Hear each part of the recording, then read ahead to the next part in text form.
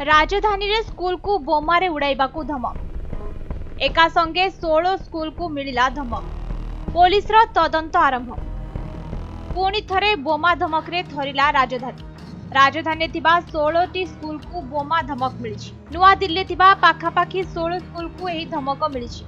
एक धमकपूर्ण मेल पठाई लोकन को डराइछि के दुर्बृत्त। तेबे ही मेल आसबा परे दिल्ली पुलिस संगे संगे धमक मिलिथिबा स्थान गुडी को जाई जांच आरंभ करथिला। मात्र जांच बेले सेपरी किछि विस्फोरक पदार्थ मिली नाही। सूचना योग्य जे गत किछि दिन आगरु दिल्ली रे 50 रु अधिक स्कूल को बोमारे उड़ाइबाकू धमक मिलिथिला।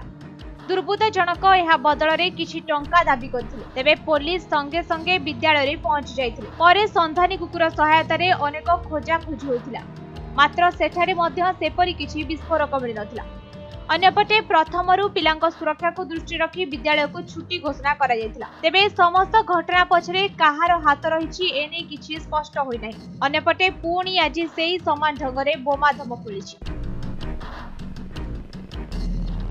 या छडा जदि देखिबा किछि लोक लगातार गत किछि मास हेब विभिन्न स्थान रे विस्फोरण करबाकू धमकाउछन्ति। या सह किछि डिमांड मध्य रखुछन्ति।